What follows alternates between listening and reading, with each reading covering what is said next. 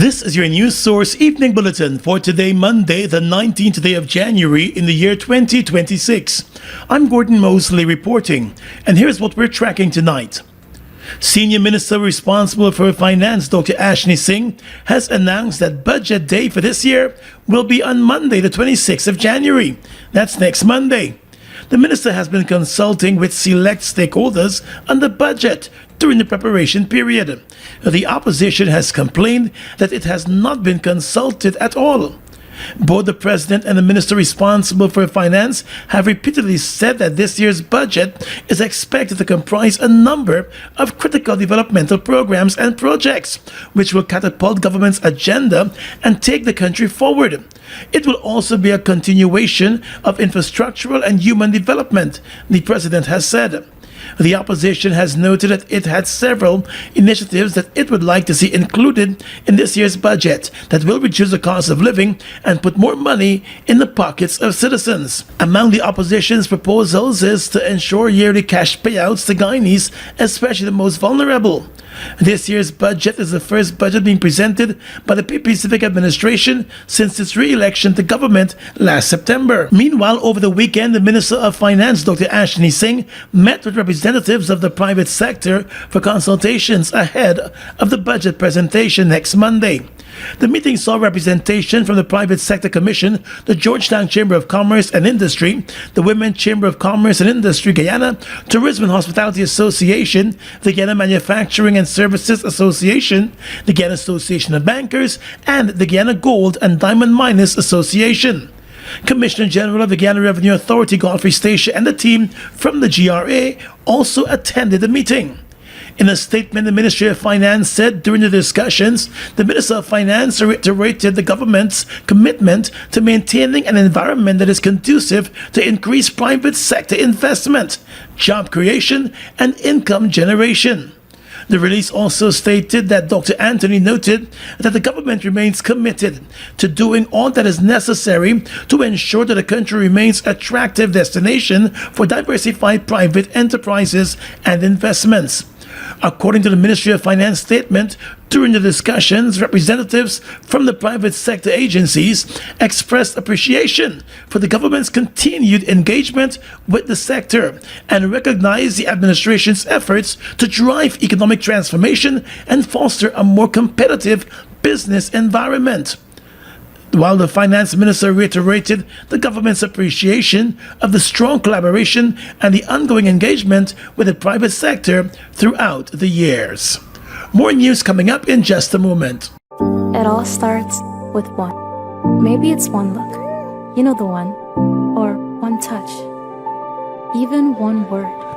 It can start with one step, or one promise, one thrill, one first time, one deep breath, one leap of faith, one day to remember, or one night to forget. One moment, so many stories that make up one crazy, average, everyday, fabulous life. We get one life, just one. Make your move. It all starts with one.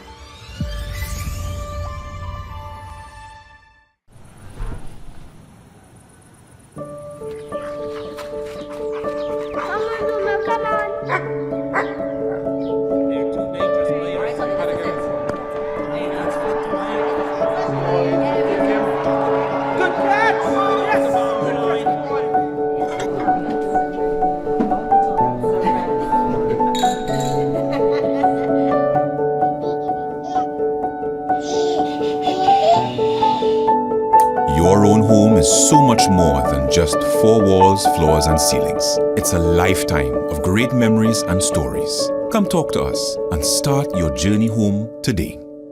Republic Bank, we're the one for you. Bristow Promotions, in association with the Caribbean Boxing Organization, alongside Guyana Boxing Association, present Caribbean Boxing Showdown, January 24th, 2026, live at the Cliff Anderson Sports Hall, featuring Guyana's finest: Desmond Amsterdam, Terrence Adam, Delon Charles, Quincy Gold, Edmund DeClue, Joel Williamson, and Jamal Eastman, taking on top contenders from across the Caribbean. Tickets $2,500, ringside $5,000. 2000, January 24th. For more information, log on to CaribbeanBoxingOrganization.com. Ready to position your brand at the heart of the region's most influential energy event? The Guyana Energy Conference and Supply Chain Expo invites you to become a sponsor and connect directly with leaders shaping the future of energy and industry. Choose from 4 powerful tiers: Platinum, Diamond, Gold, and Silver.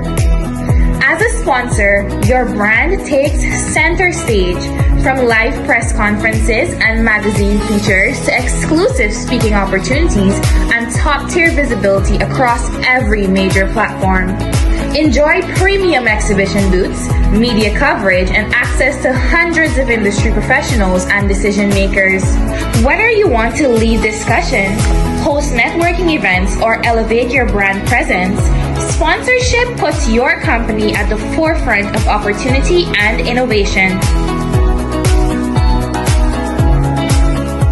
No frills, just great prices at Courts. We don't just talk about it, we got it. Get the best in quality and prices on appliances, electronics, furniture, and much more. Get free gifts with select laptop and TV purchases. Shop today, pay later with Courts Ready Finance. Only at Courts, bringing value home. Offer ends January 24th, 2026. Conditions apply. The Star in Rentals is coming to the West Side. Star Rentals is officially opening on the West Coast Demerara. For all your event needs, we've got you covered. Tents, tables and chairs, coolers, porta-cool, fans, and AC, stage lighting, LED screens, portable toilets, executive washrooms, and so much more. Join us for the Star Rentals grand opening, Saturday, January 31st at Lot G, Blankenburg, West Coast Demerara. Star Rentals, we got you covered.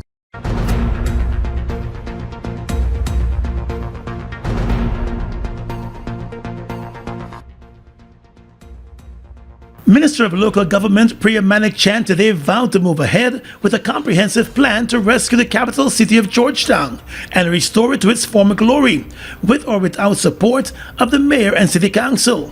She made the comments as the mayor boycotted a planned meeting today. The meeting with the mayor and city council was called today by the local government minister to discuss the waste management crisis in the city, following a day of robust discussions with the local government minister, the city mayor, the city's solid waste director, and at least 2 other councillors. However, the plans fell apart for that meeting after the 2 sides started trading blame on social media. The mayor and APNU councillors were a no-show at today's meeting. However, the town clerk, the city engineer, and the solid waste director were all present, along with councillors representing the PPP. In the presence of the media, Minister Manickchand accused the mayor of flip-flopping on the issues agreed upon during closed-door meetings, adding that this is the 3rd time that he has misrepresented positions that were taken.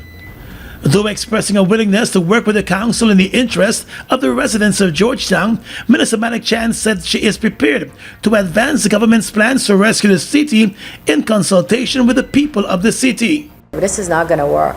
In the meanwhile, and it's not going to work not because I don't want it to work, every effort from my end has been to make this work. But you know, you have to have 2 parties to collaborate at least. So I can't collaborate with myself. Or central government can't collaborate with itself. What central government can do, and we intend to do, is to consult, hear the citizens and residents and users of Georgetown, and determine how central government can help the city of Georgetown get rescued. How we can restore the city of Georgetown without people whose only job seem to be to stand in the way of that. She said the government intends to roll out a comprehensive plan that will see the city being cleaned and green spaces being restored. Part of that plan includes public awareness campaigns to address the issue of pollution head-on. Minister Manickchand said the central government has been executing a number of projects in the city, from the construction and maintenance of roads and bridges at the level of the Public Works Ministry to the desilting of drains at the level of the National Drainage and Irrigation Authority. She said the government has been taking off much of the work from the City Council. Any roads you see in the city of Georgetown that were built or maintained was done by the Ministry of Public Works, not by the mayor and city, not MNCC. Any drainage that you see that was desilted, the primary drains are done by NDIA. Primary drains are the large drains that lead out to pump stations and cokers and so on. That desilting has been done and maintained when needed by the National Drainage and Irrigation Authority. It has not been done by the City Council. Tertiary drains, it's under your bridge and your the smaller drains have been done by the Ministry of Public Works, again, central government. Added to that, she also said the government has undertaken a beautification project in the city, and all that has been left for the council to do is to keep the city clean. MNCC is left with one rule, to pick up garbage in the residential and commercial districts. That's their role. And that has been something that they have been unable to do. And that garbage causes all kinds of other problems. When the garbage goes into the drains, it then blocks all the drains. When the garbage goes into the waterways, so they have not shown us that they could manage this. And so serious action will have to be taken to the benefit of the citizens and residents of Georgetown. But City Mayor Alfred Mentore told news sources at the conclusion of Sunday's meeting he was of the understanding that the issues relating to waste disposal management in the city would be first discussed at the level of the council, and the report will be subsequently submitted to the local government minister with a number of proposals. He said it was against that background that he opted not to attend today's meeting with the minister, and instead convened an extraordinary meeting of the City Council to discuss the issue. I'm not an executive mayor of the city of Georgetown. Yes, I might have a support of a majority, which technically will allow me to be able to deal with matters internally or in between council. And in doing so, I could also write to her without having a wider meeting with the other councillors. But what I've decided to do, since this matter is so sensitive, and it's one that has to be treated with, I chose to have a special statutory meeting at 3 p.m. today so that we could be able to have more of this issue fleshed out. The mayor believes that contractors who were hired by the city and who are aligned or associated with the government may be deliberately slowing down the collection of waste in the city. He said this may be a plan engineered to make the council look bad as local government elections near. We spend good monies on employing these contracts. We spend a significant part of our budget on these matters. About over $500 million we spend between having a department of the City Council that clears at least 3 constituencies, and the other constituencies are cleared by these various contractors. We pay them to provide a service. We pay them to pick up the people garbage in the various constituencies at a specific date. According to the mayor, while Puran Brothers Incorporated has been making timely collections, Seaborn's Waste Management, Sand Dip Disposal Services, and Guyana Waste Solutions Inc. have been falling short on their contractual responsibility. He said if the situation persists, the council will have to bring some contracts to an end. This is not the first time that a mayor has threatened to pull back those contracts. The former Speaker of the National Assembly, Ralph Ramcharan, has expressed concern of his own about the ongoing delays by the current Speaker, Mansour Nadir, to call a meeting to facilitate the election of a leader of the opposition. In his Conversation Tree column yesterday, Mr. Ramcharan noted that since the year 2000, there has never been any controversy surrounding the election of the leader of the opposition. until now. He said the absence of the leader of the opposition is already being felt in the constitutional governance of Guyana, explaining that consultation with the leader of the opposition in relation to members of the Teaching Service Commission could not take place because there is no leader of the opposition. He questioned whether it is the intention of the executive to present this year's budget without the National Assembly being fully constituted.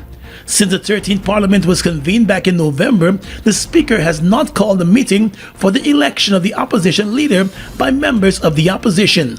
Mr. Ramkaran is of the view that the issues could have already been addressed, as the meeting does not go on for longer than 5 minutes. The leader of the Wind Party, Azruddin Mohammed, is the presumptive leader of the opposition, since his party has the most seats on the opposition side of the National Assembly. Mohammed is currently fighting an extradition request from the United States in the courts to face an 11-count indictment in the U.S. Meanwhile, the diplomatic representatives from the American Embassy, the Canadian High Commission, the British High Commission, as well as the European Union High Commission here in Guyana have all expressed their concerns about the ongoing delay in the appointment of the leader of the opposition. An investigation is underway tonight at the Georgetown Hospital after a patient jumped to her death from the female medical ward, which is located on the 3rd floor of a building. The woman, who family members identified as Marissa Eastman, was also pregnant, according to her relatives. She was admitted to the hospital on Sunday after she was rushed there with multiple complaints and was behaving erratically. Family members said she was admitted and they were told that she would have to be monitored and closely observed. Now they have more questions than answers. We was pleading. 4 persons was pleading with them. 4 persons that were there had to hold her literally because she drank some soup, then she tried to throw it away. Right? In the hospital. And my take is that I know they got other patients. They have some big people in the hospital there with heart issues. Remember, you would hear while there. Right. So my thing was, listen, y'all can't restrain this here because you don't want to cause anybody, family harm. You understand? Excuse me if I stutter a little. It's okay. It's understandable. So nobody still didn't do anything, Travis. They didn't render assistance to say, well, okay, let me strap you down. When they don't give you this medication, they're saying that, oh, she was covered fully, and then next thing up, a patient said, look, somebody just jumped. This is how she sleeps. She sleeps with the sheet over her head all the time. Sickness, before sickness, anytime. This is how she sleeps. Family members said they received a call from the hospital on Sunday night, informing them that a young woman had died after reportedly leaping from a window in the building. In a statement early this morning, the Georgetown Public Hospital announced that it will be conducting a full investigation. The hospital claims that when the woman was admitted, a psychiatric evaluation was done, but there was no psychotic symptoms or suicidal thoughts identified. However, the same woman made a video post on social media from the hospital earlier in the day, threatening to harm herself. A number of hospital staffers, including medical practitioners, are to be questioned as part of the investigations. The Georgetown Hospital has said that as part of the investigation process, the hospital will also review existing protocols related to patient observation and mental health monitoring, including suicidal watch policies, to identify any areas for strengthening patient safety. Now, if you are struggling with thoughts of suicide or worried about a friend or loved one, help is available. You can call the National Suicide Prevention Hotline at 915. Tonight, police are continuing their investigations into the execution-style gunning down of East Coast Demerara resident, 35-year-old Orlando Chichester. The man was shot dead on Sunday evening while riding his motorcycle in the village of Beirut. He was reportedly attacked by the occupants of a black motor car. According to reports, Chichester was at a birthday party for his young son when he left the party to make a quick visit to the barber. He never made it to the barber shop. The dead man's mother, Mary Chichester, told a news source this morning that she wants justice, adding that she is unaware of any issue her son had with anyone.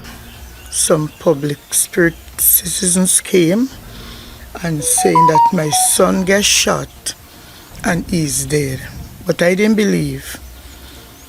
My daughter started hollering out and I said, "You're shut your mouth." However, I put on these very clothes and I went out. When I go to the road was filled with people.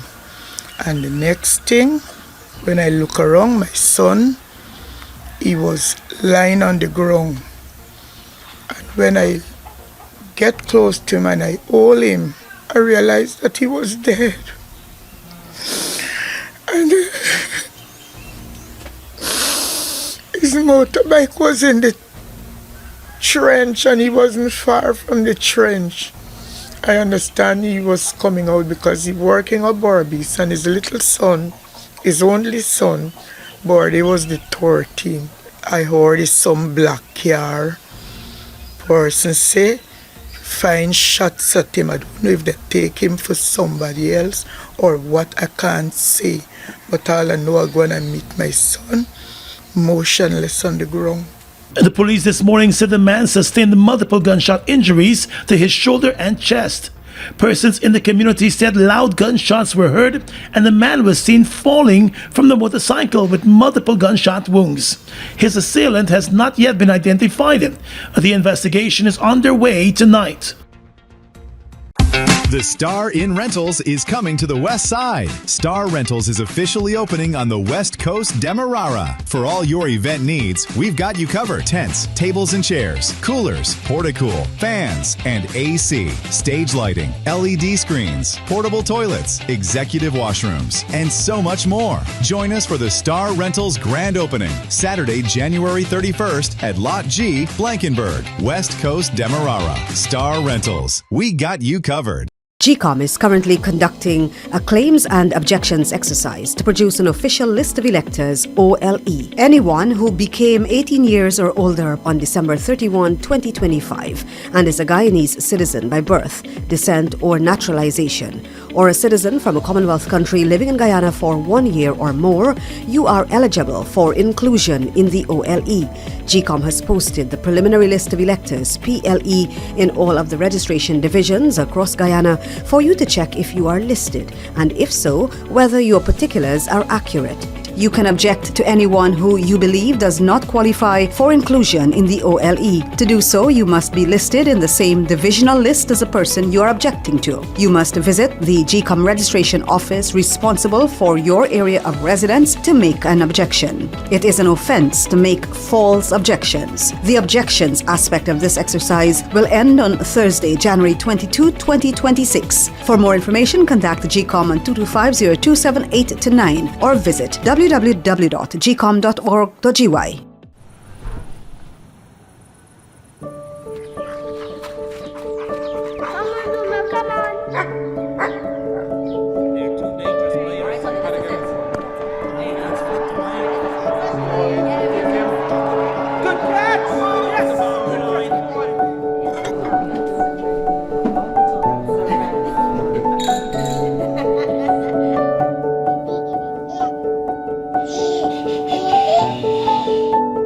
Your own home is so much more than just four walls, floors, and ceilings. It's a lifetime of great memories and stories. Come talk to us and start your journey home today.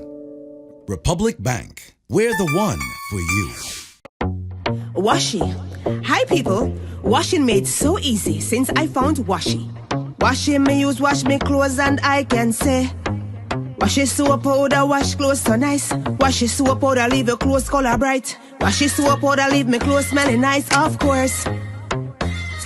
So give thanks to Washi soap powder for doing my laundry right. Keep my clothes color bright. Have my clothes smelling nice for sure. I could not ask for more. Comes in lemon and original. It is a washing machine in a pack. Washi soap powder wash clothes so nice. Washi soap powder leave your clothes color bright. Washi soap powder have my clothes smelling nice, of course. Distributors located in the Starbrook Market. Your business is built on hard work, vision, and the drive to succeed. At GBTI, we understand what it takes to grow.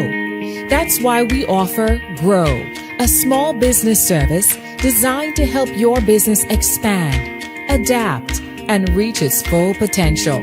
From new opportunities to new milestones, we're here to support you every step of the way. Grow from GBTI. Progress starts here. GCOM is currently conducting a claims and objections exercise to produce an official list of electors, OLE. Anyone who became 18 years or older on December 31, 2025 and is a Guyanese citizen by birth, descent, or naturalization, or a citizen from a Commonwealth country living in Guyana for 1 year or more, you are eligible for inclusion in the OLE. GCOM has posted the preliminary list of electors, PLE, in all of the registration divisions across Guyana for you to check if you are listed, and if so, whether your particulars are accurate. You can make a claim for registration, change or correction to your particulars, or you can object to the inclusion of anyone who you believe should not be on the list. If you are desirous of making a claim or objection, you must visit the GCOM registration office responsible for your area of residence to do so. Visit the GCOM registration office responsible for your area of residence to conduct any of the above transactions. All GCOM registration offices will open Mondays to Fridays from 8 to 18 hours, Saturdays and Sundays from 10 to 14 hours. For more information, contact the GCOM on 225-0278-9 or visit www.gcom.org.gy.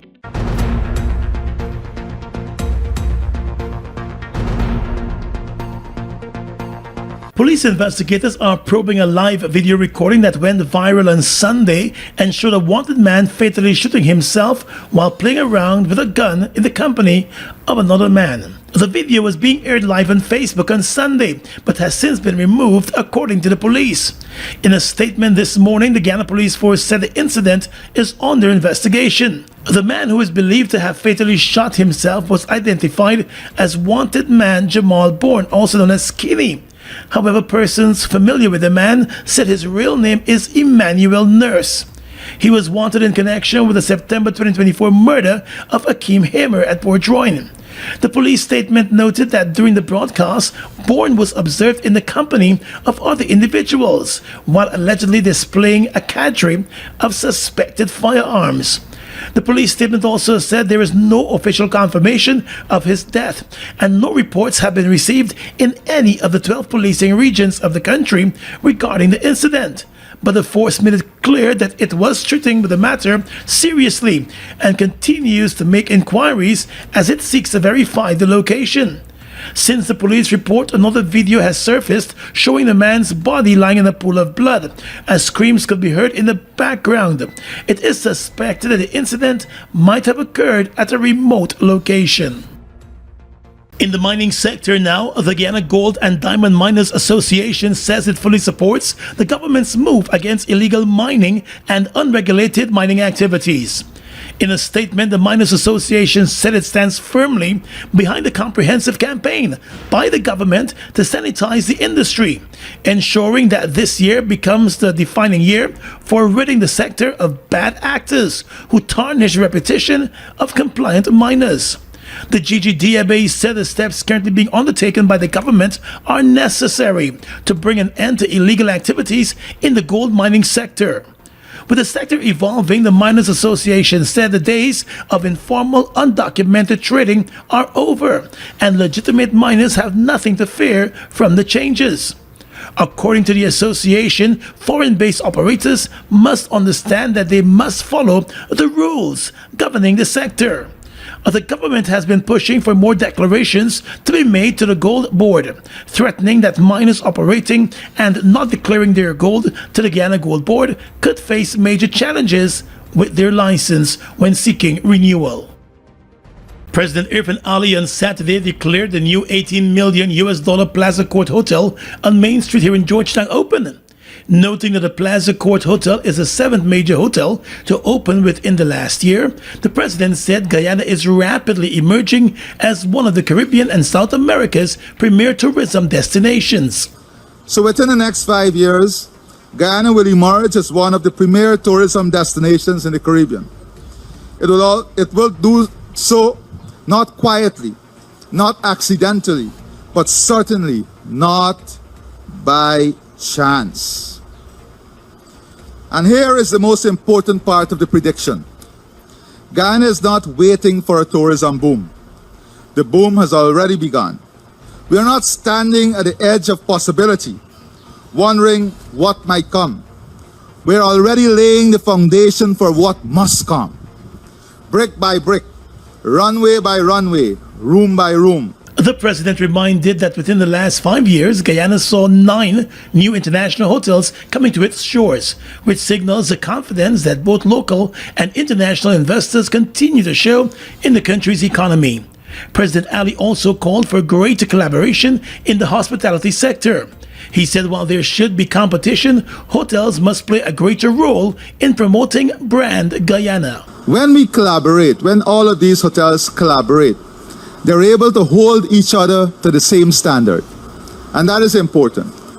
The hotels must understand that they're occupying a space in which the success of each other must hold each other to the same level of accountability. They must hold each other to the same level of success and service. And that's an important point.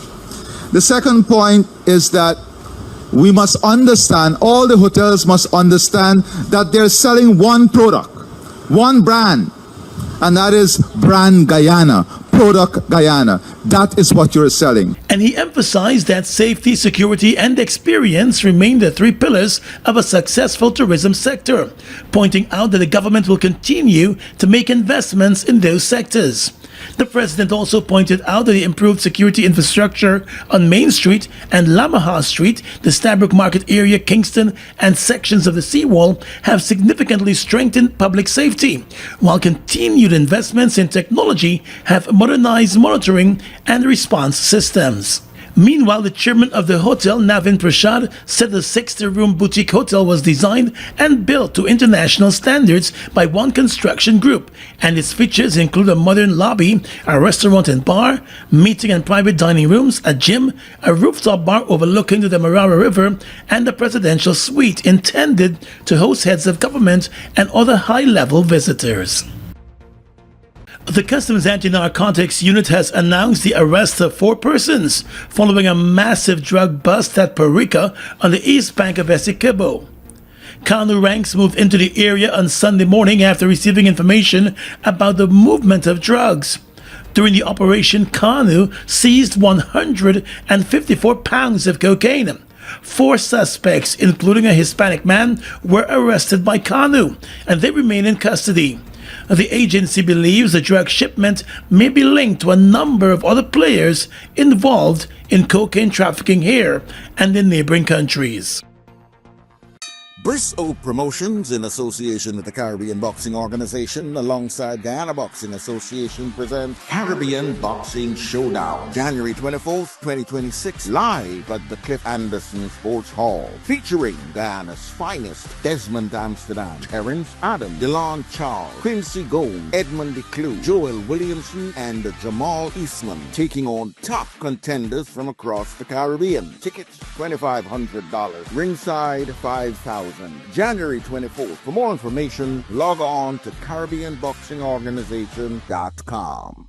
First-time homeowner, ready to build a dream house but worried about getting your plans approved? The Single Window Planning Approval System makes it easy.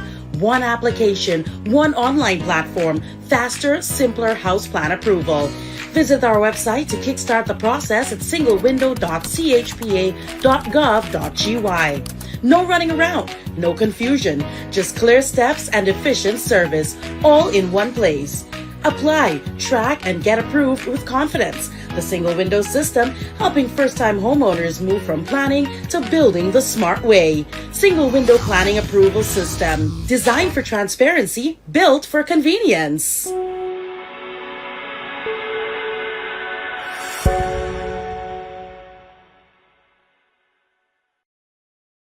GCOM is currently conducting a claims and objections exercise to produce an official list of electors, OLE. GCOM has posted the preliminary list of electors, PLE, in all of the registration divisions across Guyana for you to check if you are listed, and if so, whether your particulars are accurate. Anyone who became 18 years or older on December 31, 2025, and is a Guyanese citizen by birth, descent, or naturalization, or a citizen from a Commonwealth country living in Guyana for 1 year or more, you are eligible for inclusion in the OLE.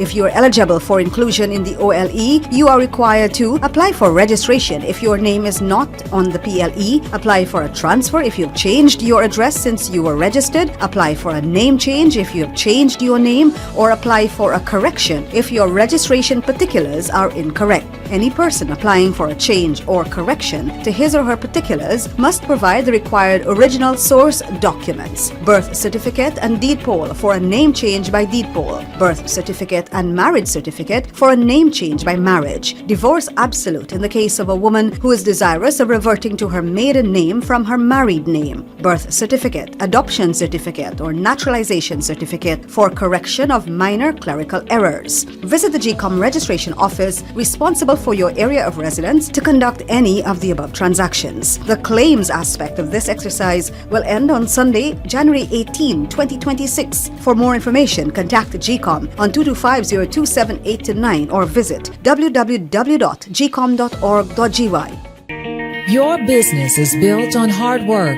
vision, and the drive to succeed. At GBTI, we understand what it takes to grow. That's why we offer Grow, a small business service designed to help your business expand, adapt, and reach its full potential. From new opportunities to new milestones, we're here to support you every step of the way. Grow from GBTI. Progress starts here. Fruitopia, Fruitopia, it's a drink that's hype. The citrus punch, fruit punch tastes nice. Guava, pineapple, that give me a vibe. We don't want nothing less compared to the rest. Fruitopia the best. Quench any thirst when it comes to the test. Perfect thing for my lunch. Flavors pack a punch. Fruitopia, Fruitopia, it's a drink that's hype. The citrus punch, fruit punch tastes nice. Fruitopia, the drink that rocks your lunchtime. Guyana's economy is rapidly transforming, and we're all part of it. Guyoil is at the forefront of this development by providing reliable and efficient energy and supporting community development from the very core. 100% of Guyoil's profit goes back to building schools, roads, and other important infrastructure that connects our cities and towns, providing fuel to domestic, marine, industrial, and aerial transportation. Guyoil has now repositioned itself as a market leader in the petroleum industry, building a better future for all of us.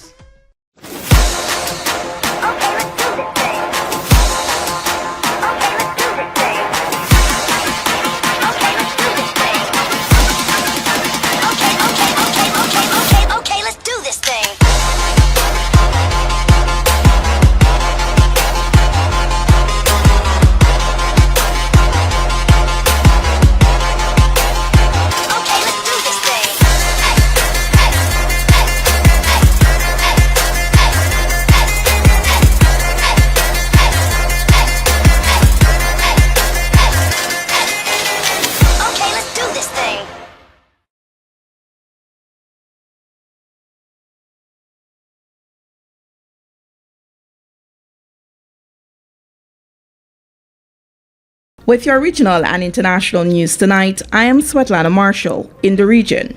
Prime Minister Mia Mottley on Saturday announced general elections in Barbados will be held on February 11, 2026. She was speaking at Westbury Primary School, where the nomination was held for the Barbados Labour Party BLP City of Bridgetown constituency. Attorney Michael Lashley, who joined the party last year after resigning from the Democratic Labour Party, was the lone candidate and secured the nomination, completing the BLP slate of 30 candidates. To much applause and literal bell ringing, Mottley said she visited President of Barbados, the Most Honorable Jeffrey Bostic, on Saturday at State House. She told Attorney General Dale Marshall, who was seated in the audience, to prepare the election writ. Parliament will be dissolved on January 19. Nomination day will be January 27, and Barbadians will go to the polls on February 11.